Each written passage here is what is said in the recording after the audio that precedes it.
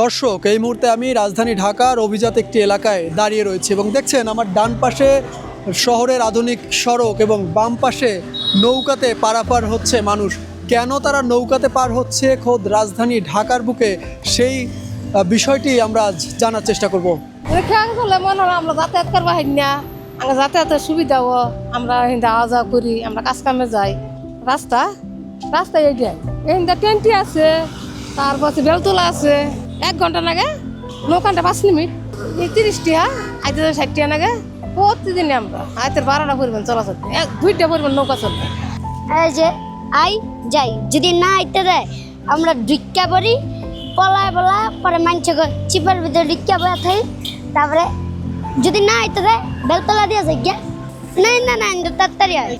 দর্শক, যে খেয়াটা দেখছেন রাজধানী ঢাকার বুকে, যে খেয়া পারাপার এখনও চলছে, এই খেয়ার পেছনের গল্প আমরা যেটা জানলাম কথা বলে এখানকার লোকজনের সঙ্গে। এটি হচ্ছে আমার পেছনে যে এলাকাটি দেখছেন, এটি করাইল বস্তি এলাকা এবং গুলশানের যে সড়কটির পাশে আমরা এই মুহূর্তে রয়েছি, গুলশান লেকের মধ্যে।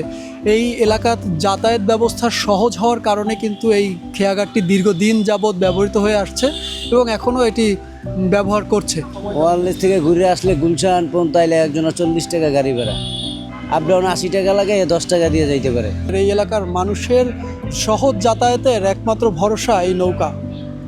এই নৌকা তারা কেন ব্যবহার করেন সে বিষয়ে তাদের সঙ্গে কথা বলে যেটি জানতে পারলাম, করাইল বস্তিতে যাওয়ার যে সড়কগুলি রয়েছে সেগুলো বেশ ব্যয়বহুল এবং সময় সাপেক্ষ হওয়াতে এই দিকটাতে যারা আসেন বা গুলশানের দিকটাতে যারা আসেন তারা সময় বাঁচাতে এবং অল্প খরচে যাতায়াতের জন্য এই নৌকা এখনও ব্যবহার করে আসছেন।